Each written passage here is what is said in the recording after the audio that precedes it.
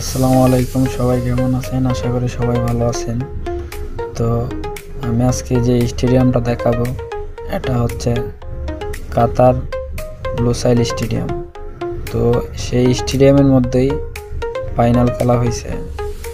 তো আর্জেন্টিনার বনাম ফ্রান্সের ফাইনাল খেলাটি এই স্টেডিয়ামের মধ্যে হয়েছে।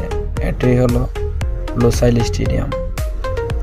তো আর্জেন্টিনার আর ফ্রান্সের খেলাটি কে কে দেখছেন অবশ্যই জানাবেন, আর কেমন উপভোগ করছিলেন তাও অবশ্যই কমেন্ট বক্সে জানাবেন। এই স্টেডিয়ামেই লিওনেল মেসির স্বপ্ন পূরণ হয়েছে। এই হলো সেই লুসাইল স্টেডিয়াম। অবশ্যই কমেন্ট বক্সে জানাবেন। সবাই ভালো থাকেন। আসসালামু আলাইকুম।